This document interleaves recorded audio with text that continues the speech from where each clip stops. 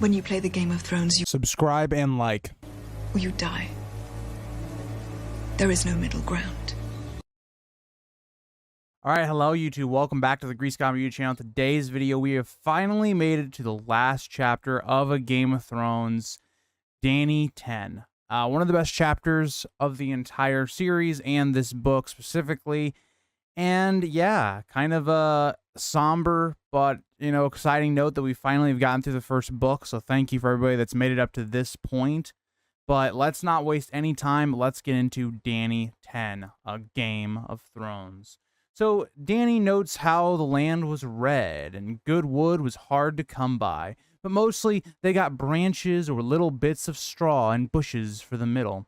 Her foragers had found 2 straight trees they used for the funeral pyre.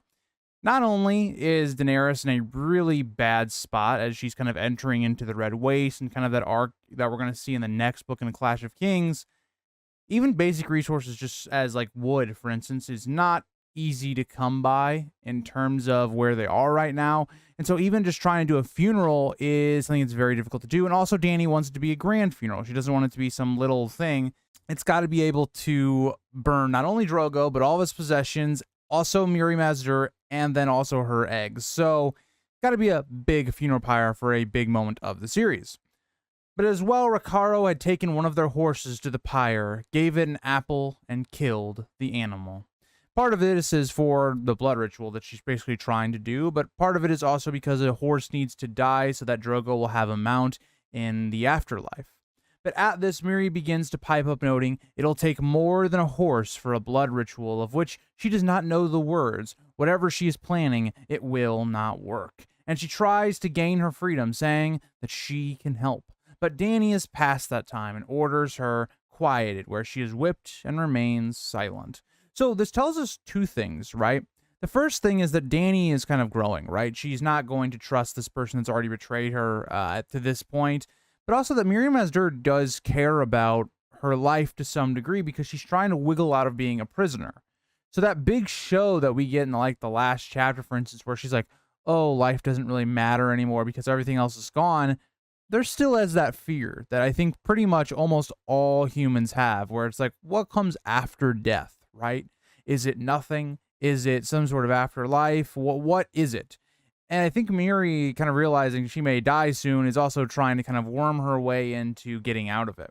But that gets us into page 799. They built the platform over the horse's body, putting all of Drogo's treasures, his weapons, clothing, all that he really held dear in life that they still had in this pyre. Another layer of brush was put over the treasures. But at this, Jorah pulls her aside and starts to begin saying princess, but is cut off as Dany asks why he calls her that when Viserys was his king.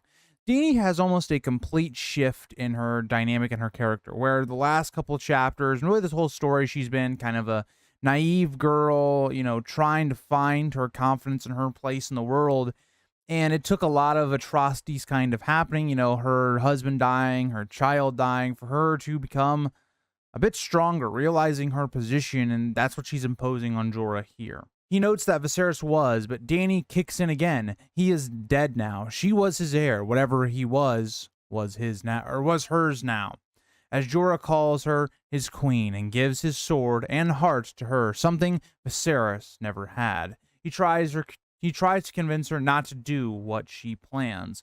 Leave Drogo behind. No one will take you to Vaes Dothrak, and to come east with him to Yeti or Ashai to look on the wonders of the world. And continues stating that she cannot do this.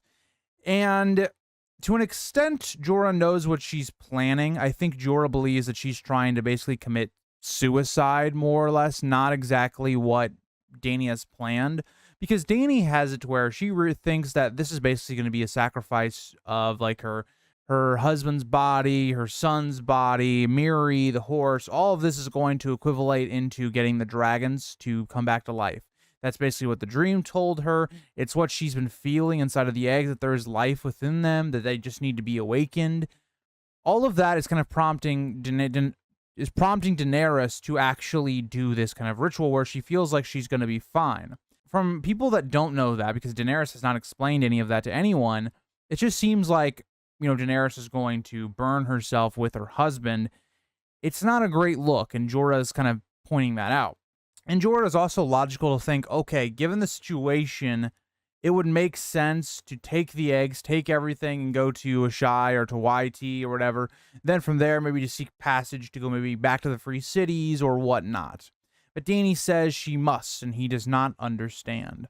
Jorah says he knows she loved him, but he loved his wife as well. But he did not die with her.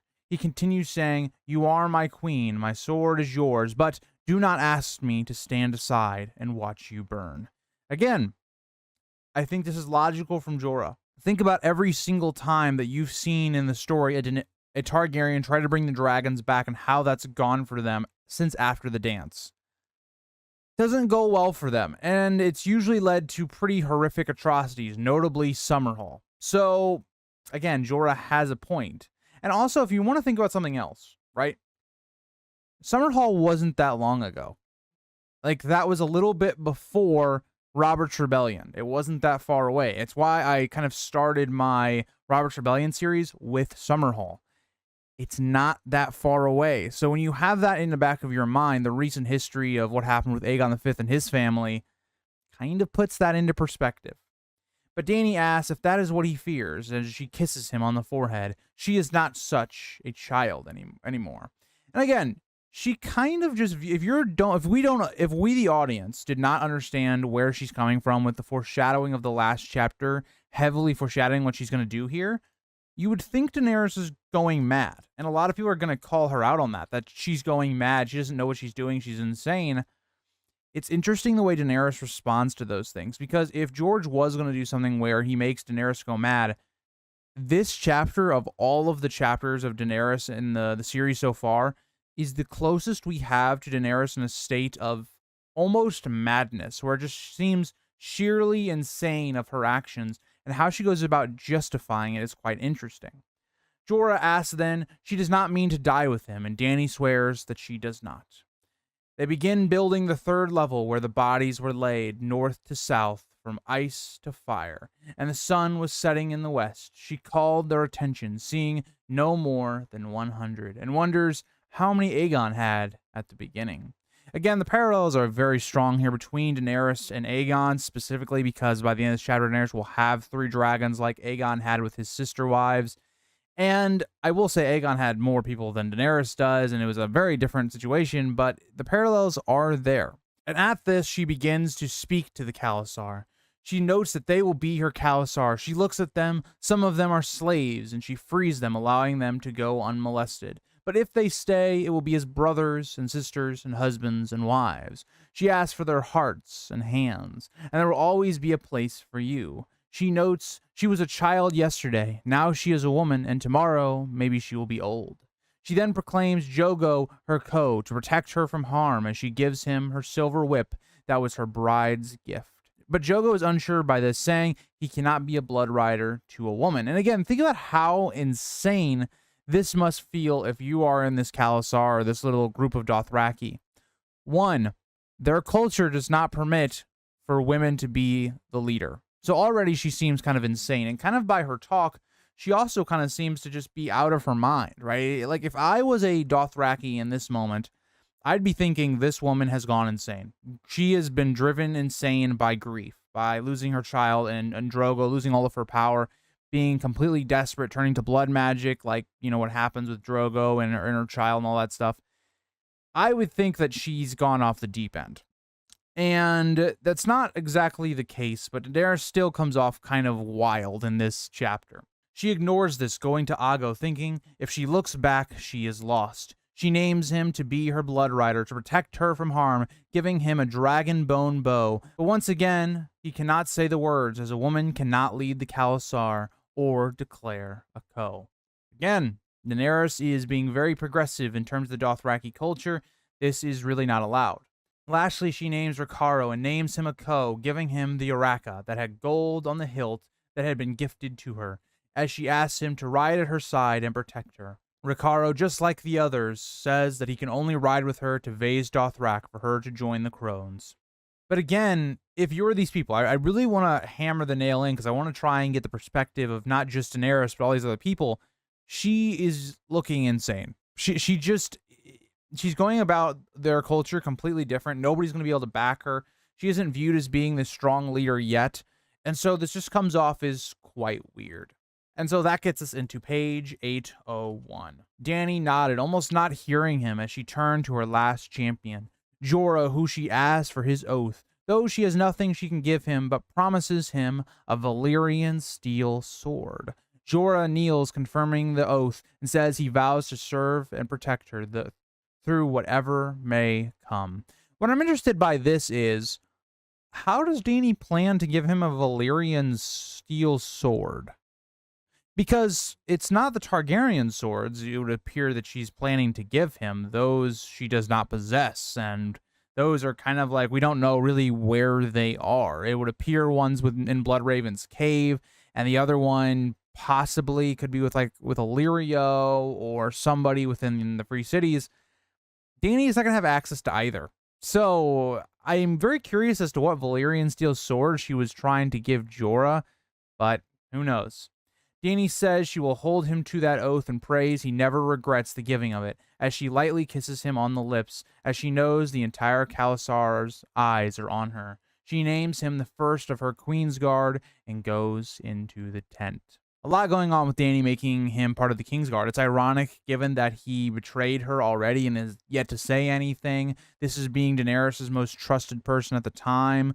We see her kissing Jorah, which maybe is kind of the reason that also she and him have this weird relationship for the next like 2 books, where Jorah kind of comes on to her sometimes and it's just very awkward. But yeah, but she knew they were muttering and staring and probably thought she was mad, and maybe she was. She would find out soon, but if she looks back, she is lost. Again, even Daenerys realizes that her demeanor and the way she's going about things is going to make her be viewed in a really strange and bad light, and she herself is not even sure if she is of the right mind. Now, this could play into something if George wants to go this route later on in the series, where there's already been a moment where Daenerys is like, she doesn't even know if she's gone mad, but she's doing things because her dreams have told her to. You could play a lot of games with that if you're George going further in the series, but I wanted to point that out. Her bath was scalding hot, but it did not bother her at all. She let it heal her. She was then scrubbed to be made clean, and her hair was cleaned as well. All of this seems to almost be a test for Dany to see if she really can go into the flames and come back out. Yeah, it seems like Dany's just trying to get a little bit more just justification before she does this, right? Like this scalding hot bath that nobody else would probably get into, but for her, it makes her stronger. She's unaffected by it. It all kind of seems like just more of that testing of can Dany come out of these flames if she goes in. That gets us into page 802.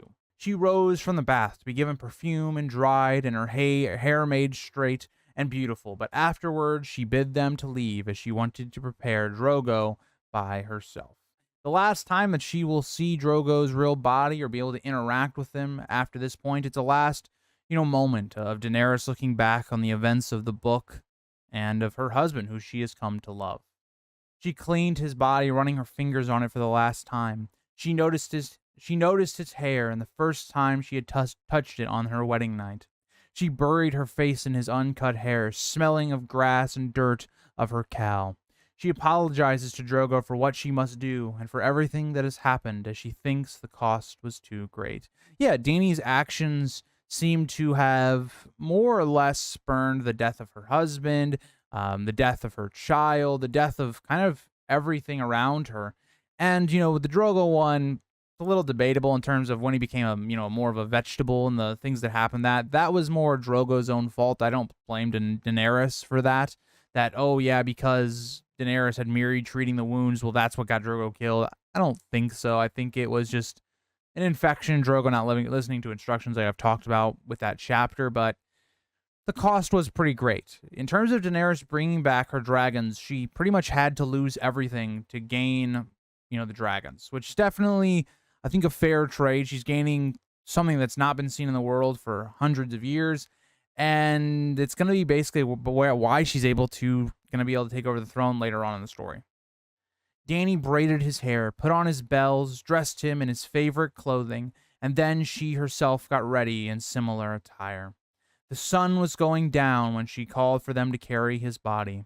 They lay him on the cushions that faced the mother of mountains to the northeast. All the while she walked behind them. She commanded for the oil to be brought, and then began putting oil on everything. And Dany commanded for her eggs to be brought, something in her voice that made her handmaidens run. Again, even her handmaidens, the closest people to her, kind of seem to believe she's going mad, right? Like, why is she asking for these dragon eggs? No rational person would put these dragon eggs in this funeral pyre. As Jorah's going to note in the next page, they are worth a ton of money, right? There's not a lot of dragon eggs left in the world, you know, whether they're stone or like Dany's where they're going to be able to actually hatch. They are very rare, and so many people would want them. And that gets us into page 803. Jorah tries to get her to stop, saying that Drogo will not need them in the Nightlands. She could sell those eggs and be a wealthy woman the rest of her life. But Dany doesn't agree, right? That's not what Dany wants to be. She doesn't want to be this wealthy woman the rest of her life. She wants to uphold the Targaryen name, take what she believes is hers. She wants the throne. She wants to be a conqueror. Dany notes they were not given to her to sell and places the black egg close to Drogo's heart, the green beside his head, and the cream gold between his legs. She kissed him for the last time, tasting the oil. And by kissing, I mean Drogo. She kissed Drogo, not Jorah again. As she climbed off the pyre, Miri notes she is mad. And Dany has, I think, a very fascinating line because, again, if we do get Mad Dany in the book, there's a lot of foreshadowing in this line. She says, "Is it so far from madness to wisdom?" That's a very fascinating line because in a lot of ways, in her mind, right, because of what's going on right now, it seems very wise what she's doing based upon the dreams, based off every indication that she's been given that this will work out, right? But think about how many Targaryens probably had the same idea. You think about Aegon the Fifth, he probably had the same idea that, oh yeah, it was all going to work out. He's probably having these dragon dreams. He was, you know, thinking that, or maybe even feeling the life in the dragon eggs, but that still didn't go right for him, right? And it was detrimental to the house, to House Targaryen and his family. So again, it's weird because it's almost like correct, right? There is like that thing where madness and wisdom are very close to each other. But at this, she instructs Jorah to bind Miri to the pyre. Jorah does not want to do this plainly, but Dany instructs him. He swore to obey her and asked Ricardo to help him. The god's wife did not cry out as she was being staked to the pyre. Dany herself pours the oil over Miri and thanks her for the lessons she has taught her. And again, using Miri as a blood sacrifice, more or less. And Jorah and Ricardo definitely don't want to do this. They've already seen what one blood ritual can do. They don't want to see another one. Miri says she will not hear her scream, but Dany notes that she will. But it is not her scream she wants. She wants her life. She remembers what Miri said about life and death. And as Dany stepped away, she notices Miri's eyes seem to change. The facade seemed to be gone. This person that didn't seem to care about their life, was dead cold, now seems to have a chance of maybe a hint of fear, which I think is understandable. Miri is about to be burned at the stake. It's probably I don't know if it's the worst way to die, but it's definitely up there as one of the worst ways. So now all that was left was to wait for the first star of the light, the first star of the night. The Dothraki believed the rider and horse were burned together and would join the stars. The more fiercely the man burned in life, the brighter his star will shine in darkness. And that gets us into page 804. Drogo spied it first and seemed to be a red comet, or as Dany interpreted, a dragon's tail, a good omen, she believed. And again, I do think if you want to point to anything of what the actual definition of this red comet is, Dany's is probably the most true, given when it appears and what Dany's doing, and also the way that magic kind of comes back into the world because of Daenerys. I will say, though, it is interesting when you look at the next book. One of the big points of the next book that connects the plot lines so well is the red comet. Everybody having their own distinct way of believing what it means. You know, some believe it's for the Lannisters. Some believe it's for all the death going on in the wars and all this stuff. So just a number of people have very different interpretations of what it actually is about.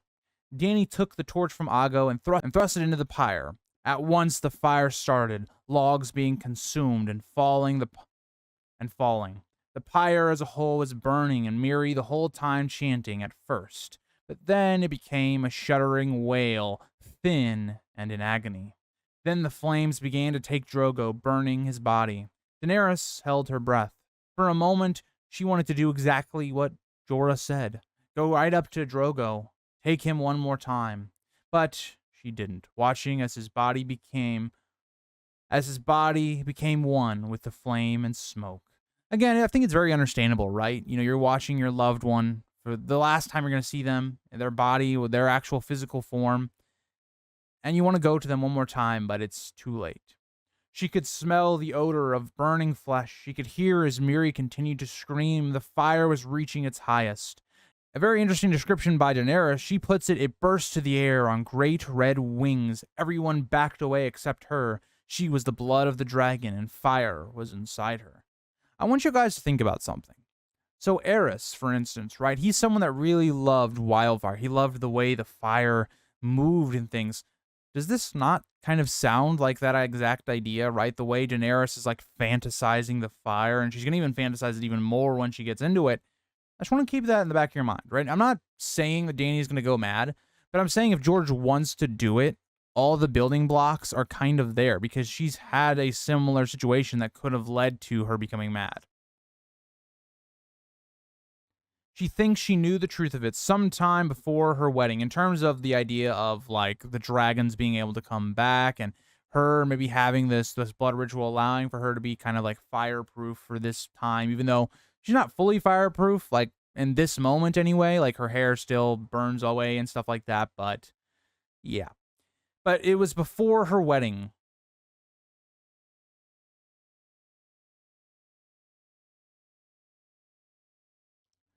But she notes the different flames that had been used and how beautiful they had looked.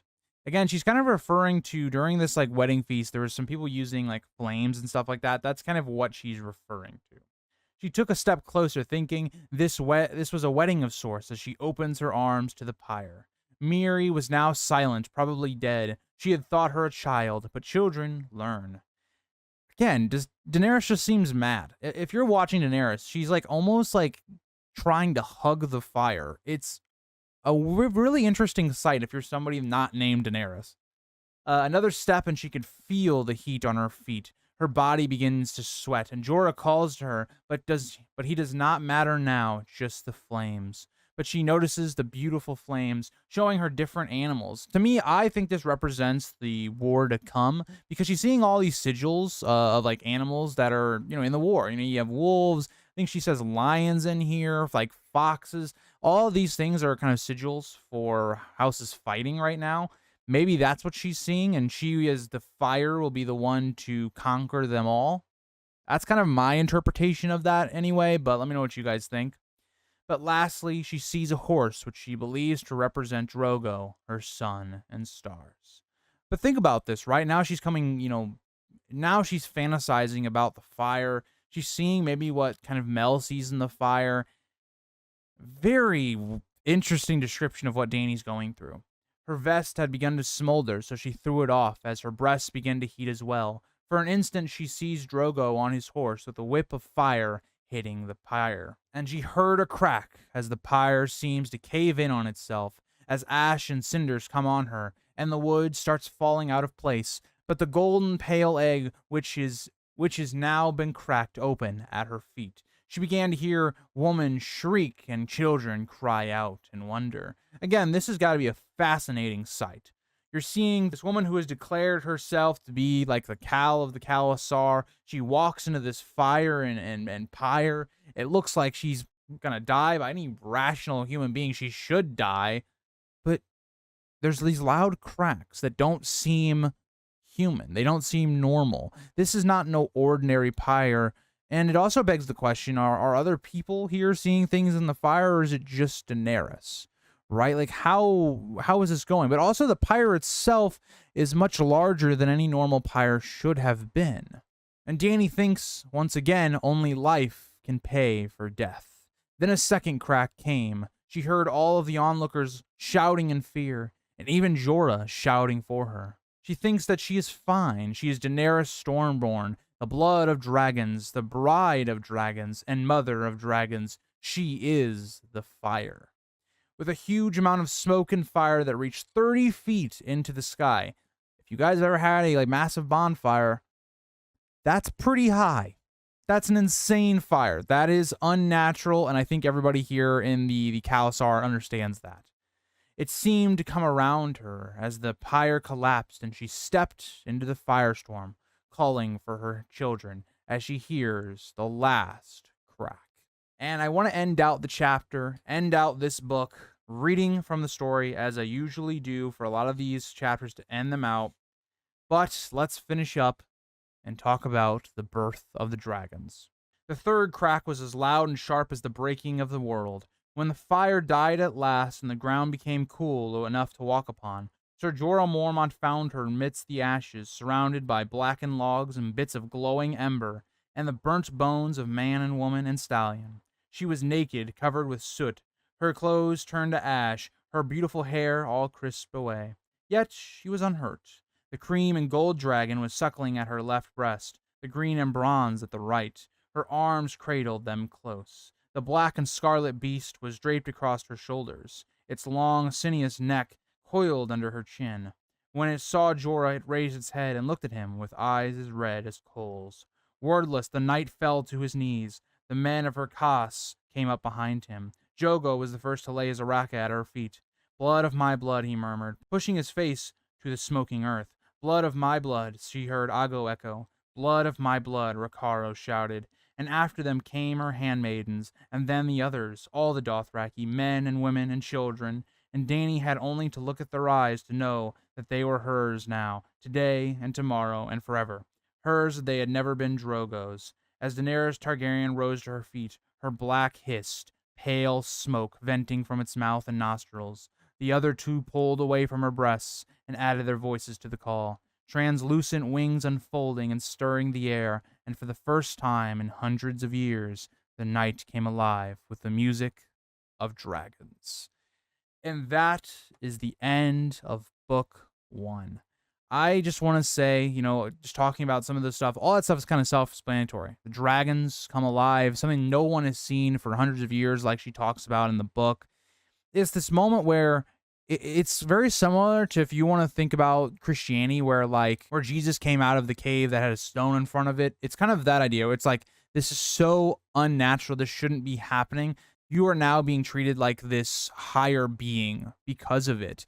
And so that is kind of the parallel that I kind of look at with real life and Daenerys, where these people have witnessed a miracle, something that should not have happened, but did. And you may not fully understand it, but all you know as a person, as a Dothraki or Jorah, whoever you want to look at, Daenerys walked into something that everybody else in the world would have died on and came out unhurt and with 3 dragons. That is uncalled for. And so Dany has her Khalasar. But that is the end of the story for Game of Thrones. I wanted to say a big thank you for the people that have watched this series, that are even watching now and got to the end of the episode and my entire reread.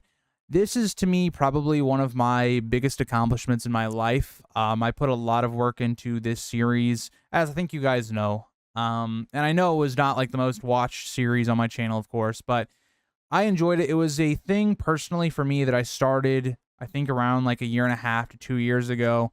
And it's been something where it's been a consistent part of my life, every week going in, doing a deep analysis of these chapters. And it was a great time to kind of talk about this stuff with you guys. I hope you guys have enjoyed this series. And again, I really thank you guys for coming along with me on this ride as I've grown as a person from the first episode to this episode. And, this has been kind of a staple of the channel. So I hope you guys all enjoyed, and I'll see you guys in the next video. Bye, guys.